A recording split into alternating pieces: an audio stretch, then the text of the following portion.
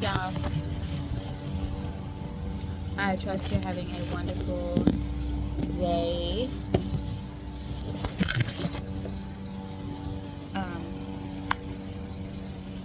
I wanted to really dive deep when it comes to the roots of where our trauma begins. I've been speaking about the root chakra lately because I have a yoga class coming up that's focused on activating that energy center. So I really wanted to go into depth because I've gotten a lot of downloads around where it all begins. So when we are born into in a hospital setting and we are stripped, well, first of all, it begins in the womb, but when we are stripped from our mothers, as soon as we enter this world and we're put under lights, we're put in that NICU, however you say it, that is extremely traumatic. And on a nervous system level, we experience a sense of not feeling safe and being scared because biologically, we search for our mothers when we leave their womb. They are the first heartbeat that we know, our first sense of comfort and safety. So when we enter this world, it is natural for us to want to feel the comfort of her skin and then the nourishment of the breast milk. Babies naturally, if you've had a natural birth and you were given that, or you gave yourself that experience when you were given that experience, to have the child lay on your chest or on your belly and literally watch them crawl up to the breast and latch on naturally, it is an extremely spiritual, beautiful experience. And just as the baby searches for the breast as human beings, the same thing occurs in the animal world, in nature. We are designed to do that. So, when we don't experience that, it sets the foundation of how we feel in this world.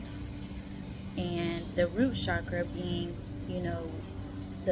what forms, it's the first energy center that forms in the womb and up to a year of age. It's extremely vital. So what our mothers experience while we are in the womb, because we are one being, we are considered one being when we are in the womb. What she experiences on a nervous system level, we are also experiencing. What she is eating, we are also eating. We're also taking in that nourishment, or, whatever it is, what she's drinking, if she's smoking, her mindset on a cellular level, on an energetic level, we are taking all of that in. So when we exit the womb, it's okay. When we exit the womb, we still consider ourselves one being because we look for the mother for our sense of identity. And just we basically identify with the mother of who we are. It's very distracting. So it isn't until that we begin to crawl, that we begin to eat and walk, where we begin to have a sense of independence and an identity outside of being just our mother. So we need our mothers, and I feel, having that connection through the comfort of breastfeeding not only regulates the child, but it also regulates the mother as well. Because if you have breastfed, you know firsthand what it feels like to experience that sense of peace and stillness when you are connecting with your child in that way. It is very beautiful. And then if you haven't experienced that, it's okay. All women are different. I truly feel like as a society, as mothers, we felt like it may not be possible for us to have that experience because we don't have the support that guides us in how to latch our child correctly, the consistency that takes, the patience. We're not taught how to be patient with ourselves in the process. You know, we're told to go and work, so there's this instant like urgency in getting back out there. So we kind of strip ourselves from that experience and feeling like, you know, we have to rely on formula. And then maybe also we're not nourishing our bodies how we need to nourish them to produce milk how we should be producing, like enough milk for the child to receive the correct amount of food from us. So you know, we have relied on formula and things, which is okay.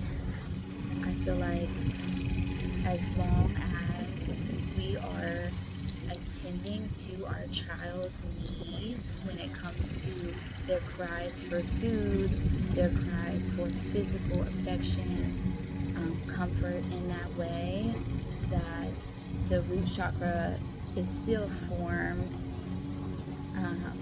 and nourished how it needs to be nourished. I do feel like the skin to skin, I love you too. I appreciate you. Thank you. The skin to skin is extremely vital and necessary in the full foundation of forming the root chakra. But you can still provide the child the milk through formula, which I don't agree with at all. But I do see, you know, if women feel they're not able to provide the breast milk correctly or enough, maybe they didn't have the support with the latching and, you know, the mindset they were in and things. I see how, you know, that can still be of benefit as long as they are showing the vital affection and comfort that the child needs, because it still helps them feel safe in the world when you combine all of those things. But there has to be consistency in that. So I was just getting a lot of clarity around the importance of that breastfeeding and the comfort the child needs. Because for me personally, I was formula fed. My mother was going through a lot mentally at the time. She experienced a lot of trauma. She had a lot of unhealed and unacknowledged, which unacknowledging, you know, you're not able to heal it unless you acknowledge it, woundings from her childhood experiences. So she was facing a lot of anxiety, fears, and things. So she wasn't able, I know this, even though I don't remember like that age,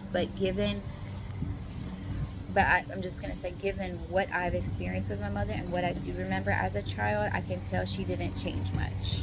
You know, there was a consistency of patterns, even into my adulthood, that I still recognized that were the same. So it let me know, okay, this is very similar, had to have been, if not even a little more worse, or, you know, not as stable when I was a baby. So I know as a child, you know, given the mental state that I can imagine based off my experiences with that woman she was in, that I was not in a healthy environment.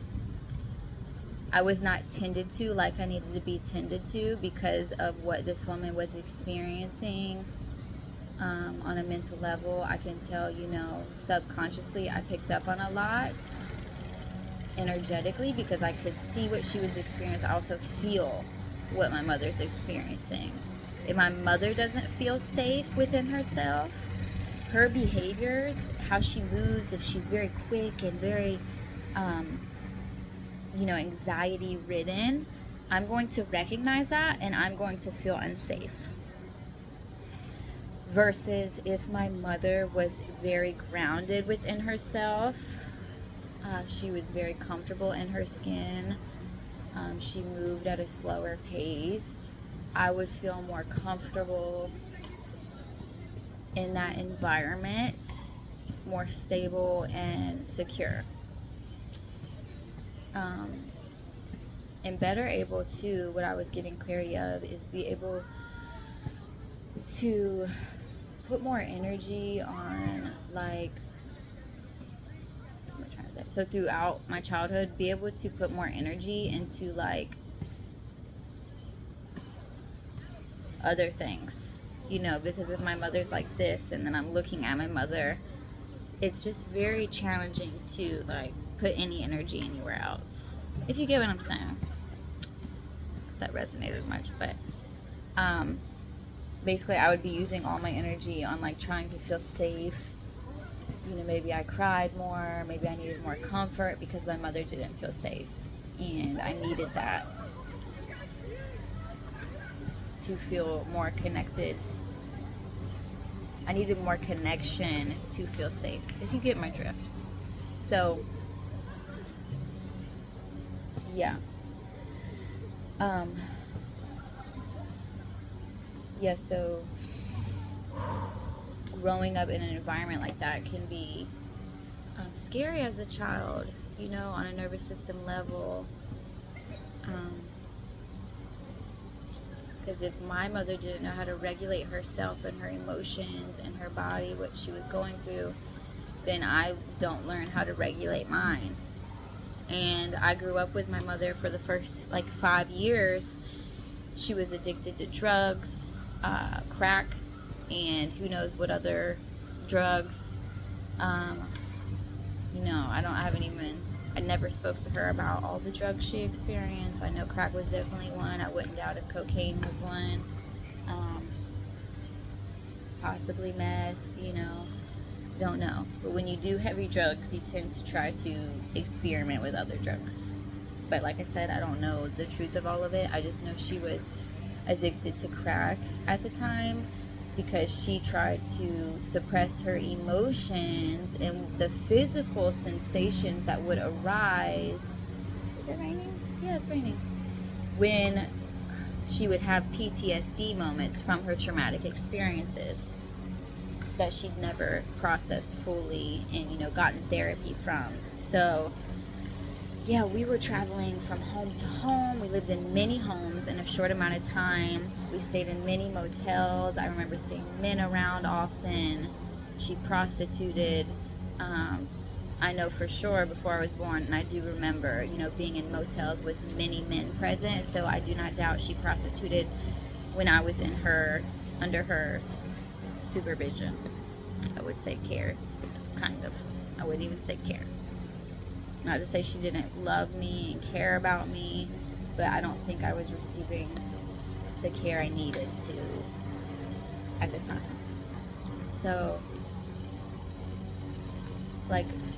how can a woman care for you if she's not even taking care of herself? She can only provide a certain level of nurturement. So yeah, really, when you're reflecting on your childhood, really just imagine what you experienced. Really ask yourself, what kind of care did I receive? Was it healthy? Was it unhealthy? Do my parents still carry very similar patterns and behaviors that they had as a child? Has there been much growth? Because chances are, if you haven't seen any growth, you experience them in a very similar manner as a newborn, as a baby. So, on a nervous system level, you can already kind of imagine what you were experiencing during that time. Especially if you have experienced like painful moments, you know, you recognize how it makes your body feel. If you've experienced traumatic events, you know what that shock, what that freeze, flight, fawn, fight experience feels like. Because everything that we experience in our adulthood and in our, you know, I would say like teenage years, all reflect to our childhood as well, which is go hand in hand. But we literally carry ourselves based off of our experiences. So say someone is displaying a similar behavior that your mother experienced. Say their tone of voice becomes loud, they become like frustrated at you or your actions, they're controlling, whatever it is. Based off of our childhood experiences, we may go into fawn mode. We may begin to just people please to avoid any type of uncomfortability and conflict with the other person, because it can feel like we are walking on eggshells. We may also develop freeze response, where we just completely freeze in our environment. We're not verbally talking, we just become uncomfortable, and that's our way, like freezing and not responding and just silencing ourselves is our way, like biologically on a nervous system level, to feel safe. The logical mind cannot comprehend how the body responds when we feel unsafe. Our bodies just respond in a way to protect ourselves.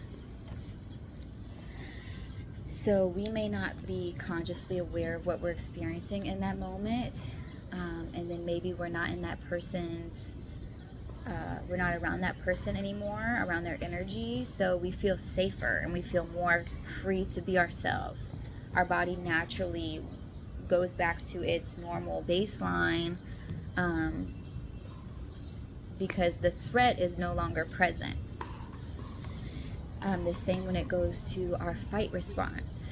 Many times we go into fight mode. Say if we grew up in a verbally abusive home, if there was a lot of physical abuse happening, now we protect ourselves by verbally or physically attacking or defending ourselves from the threats. So even say someone is yelling at us, and you know their voice just gotten louder. Maybe they're not even yelling, but their voice has gotten to a tone that we've experienced in our childhood. We're viewing them as a threat, so we're going to defend ourselves by either verbally abusing them or physically harming them, because we feel like they will do that to us because of our experiences. So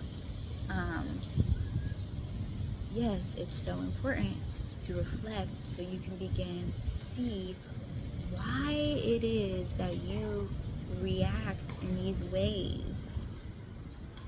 What behaviors and patterns have you developed based off of your childhood experiences with the people who were supposed to be your caretakers, you know, and they did to some degree, but you're basically your guardians, your parents, whoever it was that took care of you during that time.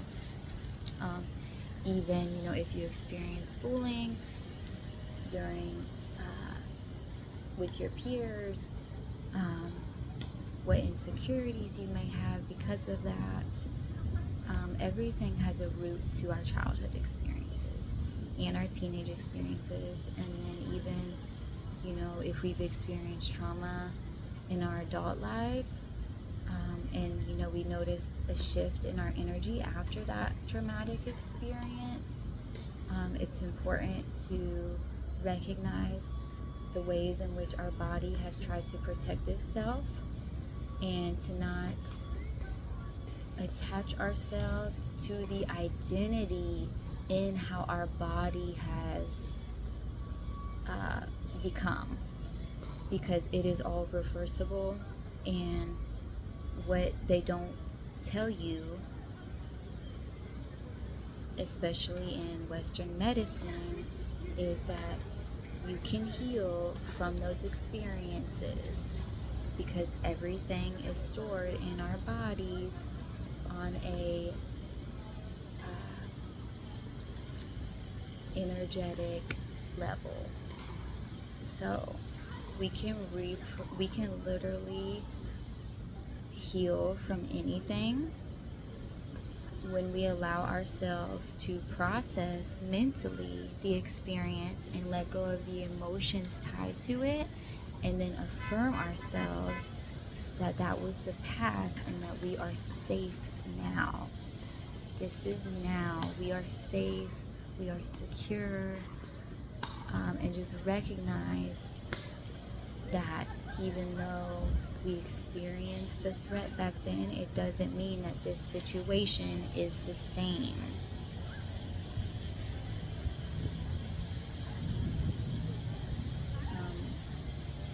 In its totality.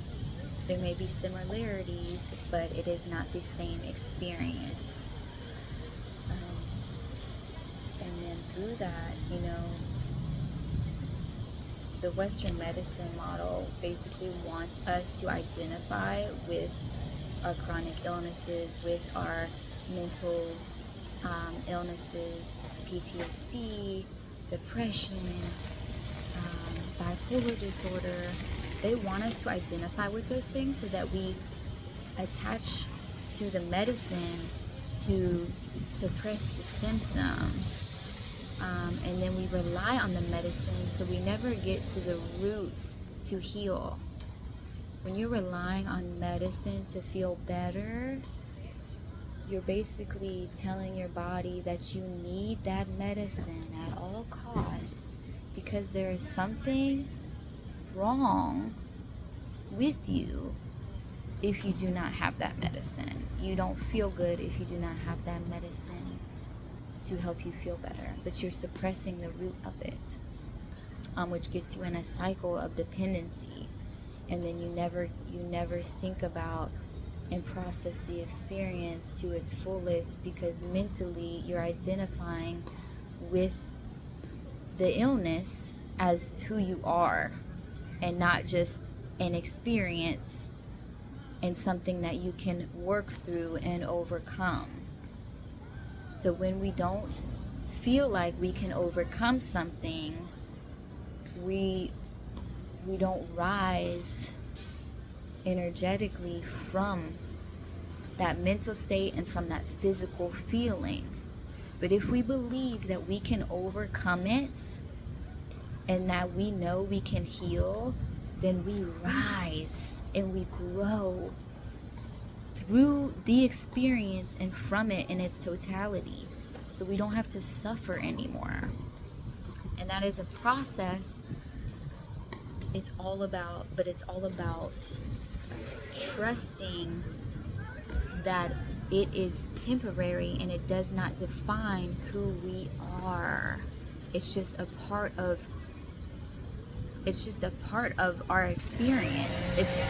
It may, like, our story is a part of us, but it doesn't have to define us. Once we attach ourselves to an identity around PTSD, depression, bipolar, cancer came to me, anything, we're literally telling ourselves and every cell in our body that this is what it's come to. Like, we have PTSD. And it's okay to acknowledge that. Like, I have PTSD symptoms, but I am not defined by that. I know that these emotions and this experience can be transformed. I can transform from this. But even when we have a PTSD moment, because I've had that, crying, listening to our bodies, literally surrendering to what we are mentally experiencing and physically experiencing and processing. Surrendering to it, holding ourselves, literally rubbing ourselves, comforting ourselves, knowing that we are going to get through it, that we will be okay, affirming that I am safe, I am protected, I am loved, and literally just nourishing ourselves and doing whatever we have to do to feel comfortable will allow us to get through that experience, and little by little we will grow through it and from it, and we will rise into new versions of ourselves that are not held down by that suffering. We will be more liberated.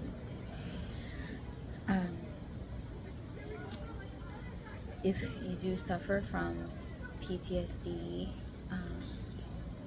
I will say, in those moments where we feel so overwhelmed by the experience, the sadness, the crying, because that is like a lot of energy that our body is letting go of. So we may feel fatigued.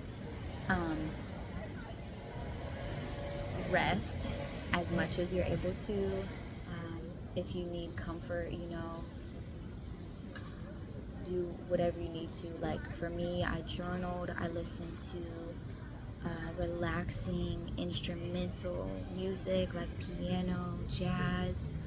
I would coffee shop playlist on Spotify, Pandora, YouTube, frequency music.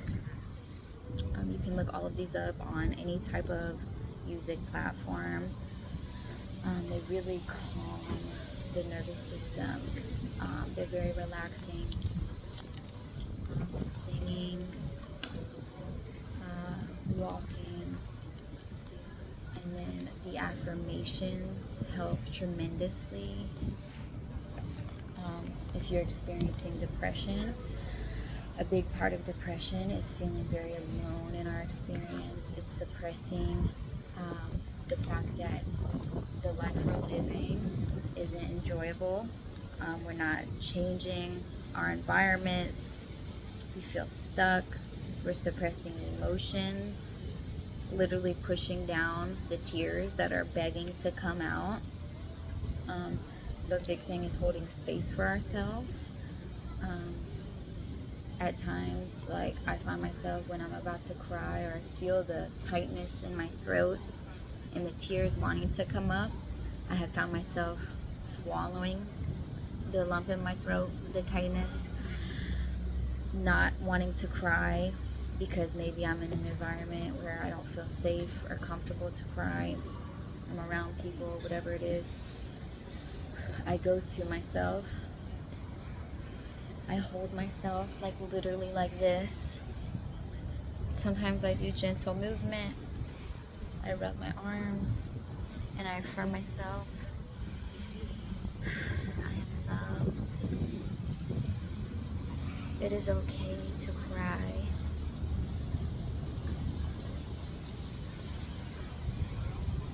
I am safe.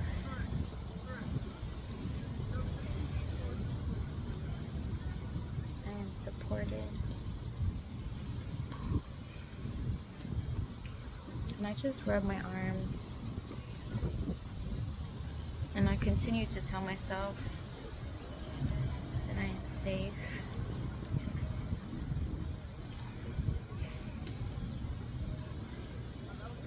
I am loved. Sometimes I massage my body and I switch sides.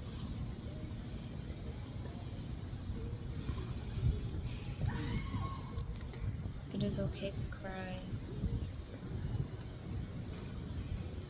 It's okay to be sad.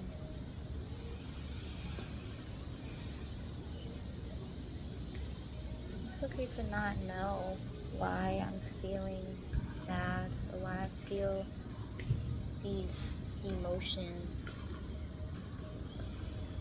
I don't have to know. I just have to feel.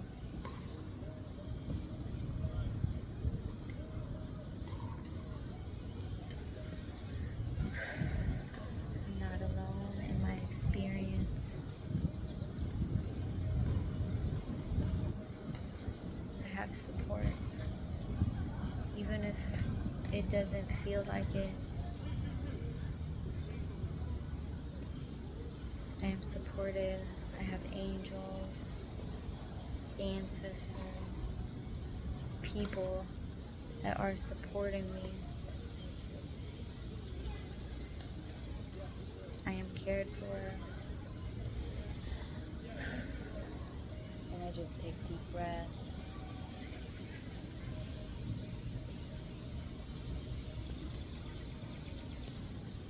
Until I feel relaxed.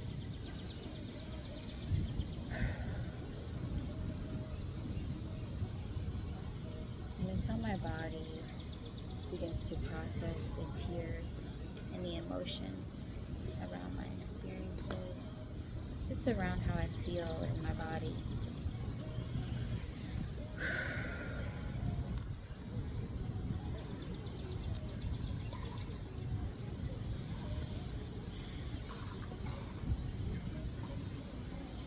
And as you do this, your body will begin to feel safe, relaxed.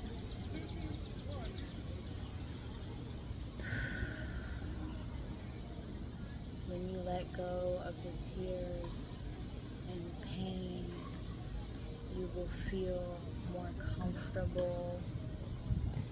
You will feel lighter.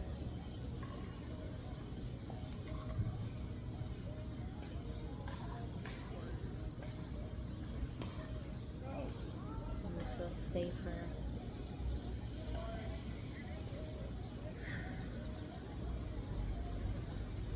So if you find yourself feeling tightness in your chest, constriction in your throat, tightness, a lump, tears behind your eyes, a tightness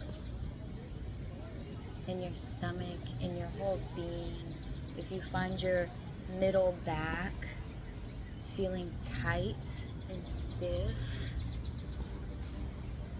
stretch and recognize that that is a sign that you need to process your emotions. You need to be a safe place for yourself. And if you've never experienced that with yourself, if you've never if you've never experienced that with yourself, it's a sign that you haven't experienced that with another person as well. Or maybe you have. Maybe you have experienced that and you've been in codependent situations where you feel like you need that person to feel safe. That is a sign that you need to find the safety and security within yourself. You need to begin to feel grounded and comfortable in your own being so that you can feel confident within the world and you do not feel like you lack anything. So it is a process with that. The exercise I gave that is a beautiful beginning to be able to connect with your body, to create the safety.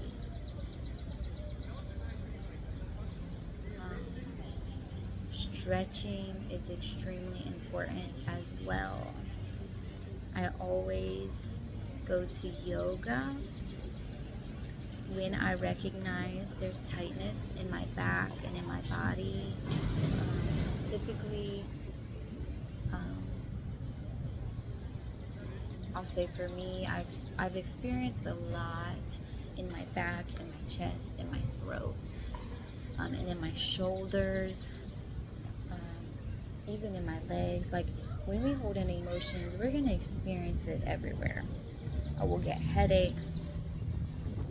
It's everything that we're suppressing shows up in our bodies. So stretching is the process also in allowing your body to open up. It opens up the energy center that's blocked because of your suppression. It stretches the muscles, the fascia, which is our tissue, which a lot of our experiences are stored in, so that you can begin to have those experiences show up mentally so that you can process them emotionally. So stretching is extremely vital in the process of beginning to feel a sense of comfort within ourselves again, and to be able to process our experiences so that we no longer have to live physically like we're in the past. We're no longer operating off of our woundings and our traumas and our pain, which is woundings and pain is the same thing, baby, but you know what I'm saying. Yes. So that is the first step, I would say, is recognizing. So when it comes to, activating the root chakra and beginning to heal from our experiences, I would say recognizing how we physically feel. What are we physically feeling? Tightness, discomfort, illnesses. Okay, why are we feeling these things? Are we suppressing our emotions? Where did we pick up that behavior from? Did our parents display the same thing? Did they not express themselves, what they were feeling to you, to themselves? Did they not acknowledge their own emotions and experiences and pain and woundings? What did we experience with them, and what didn't we? What did we lack there, or what did we not experience that we needed? We felt we missed out on something that would have, allowed us to be healthy individuals and have healthy relationships, not off trauma bonding and gossiping and not really truly connecting. So getting to the root of our childhood experiences, comforting ourselves through that process by literally physically holding ourselves, verbally affirming of our safety, of our value, and our validness in who we are, accepting every part of who we are right now. There is nothing wrong with us. You hear me?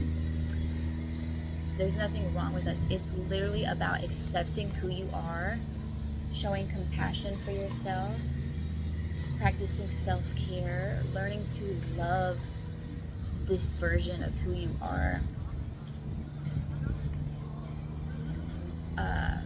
redefining how you speak to yourself and how you view yourself, and then incorporating a spiritual practice like yoga, like silence, journaling,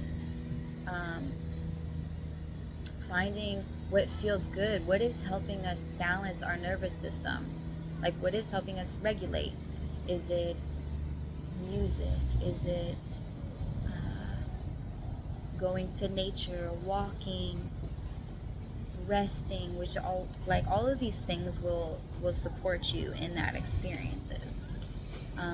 We also need to recognize our limiting beliefs, our mindsets, see where those stem from, and shifting them into more life-giving, positive, growth-inspired belief systems, like mindsets about ourselves and the world.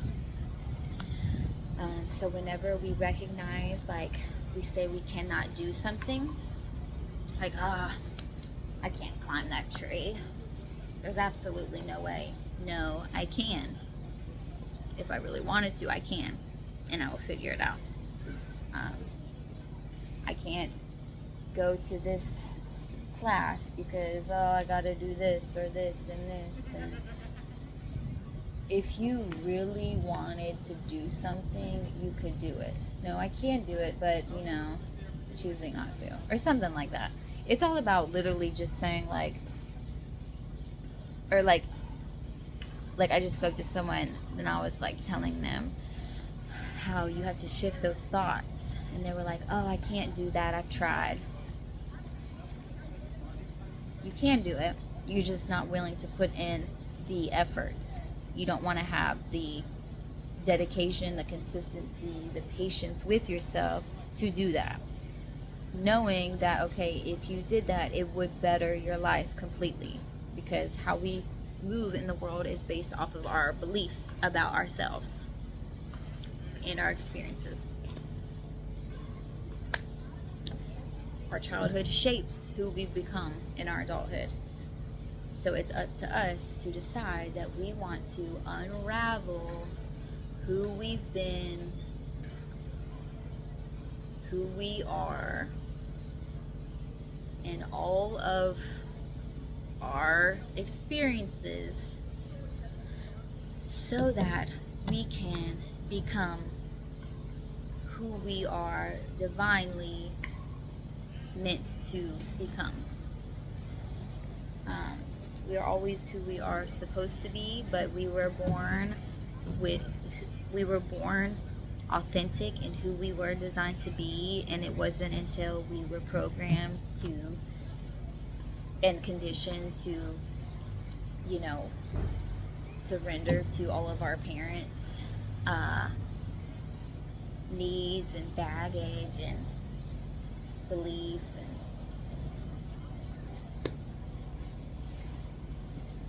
programmings of how we should live, that we kind of lost, or we didn't lose ourselves, but yeah, we forgot about who we were. If you look at a child, they're born into the world, they're authentic.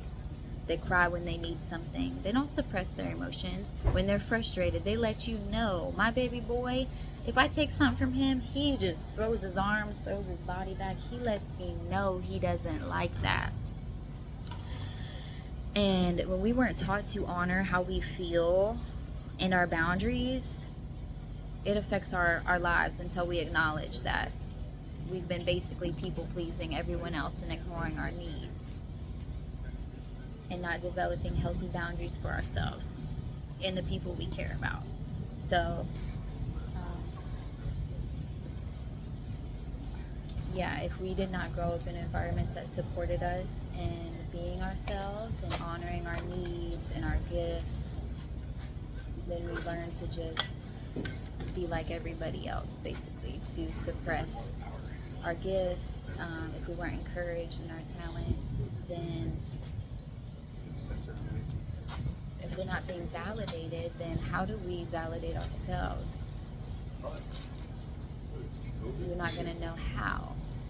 So it's all about reparenting ourselves, validating ourselves and our emotions, even when they're painful, even if we don't really want to be crying for an hour. Like, we have to validate ourselves, and we have to hold space for ourselves, because when space wasn't held for us, it's our duty to do it for ourselves, so that we can show up for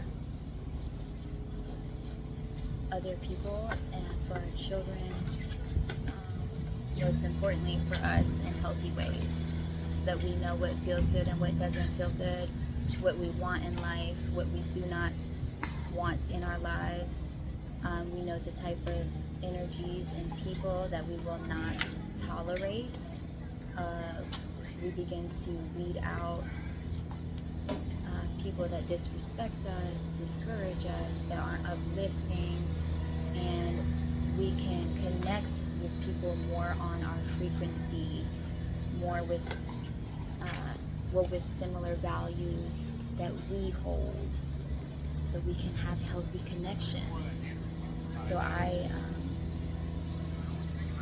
about to end this, but I had just wrote something about, I have never experienced a healthy woman growing up. So not only have I didn't have a consistent woman in my life anyways. I grew up with two men, very masculine, very egotistical, very focused on the wounded aspects of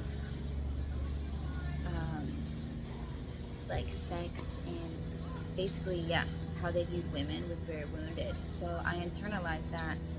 So not only have I had to become a healthy woman, I've had to become and learn how to be a woman in general. Learn to embrace my femininity and my natural nurturing side, just the flowing. Like, I don't have to overexert myself. I don't need to yell and scream. I don't need to be in hyper masculine mode and burn myself out. We are not designed to be that way. Mothers, women in general, but I'll say, being a mother, I know this from experience, we're designed to nurture, to listen to our needs, to relax, and to create based off the flow of our grounded energies. So, and our cycles. We have a 28-day hormonal cycle that has 4 phases. In each phase, our hormones are shifting. So when, I'll get more into this in another one, but as far as when we're experiencing menstruation, when our cycle starts, we're supposed to be resting. So when we've grown up in a society where it's like the women has to go out and work to help provide, we're going against our natural rhythm, and it's exhausting. So when we begin to acknowledge our experiences and basically recalibrate our systems and remember who we are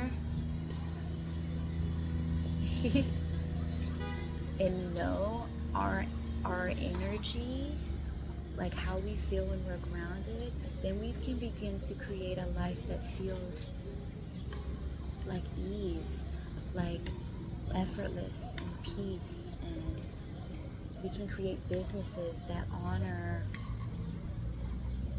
our cycles in life and our rhythm. And that's where the abundance, the financial abundance will arrive, and the abundance in general, through connections, through people, places, things.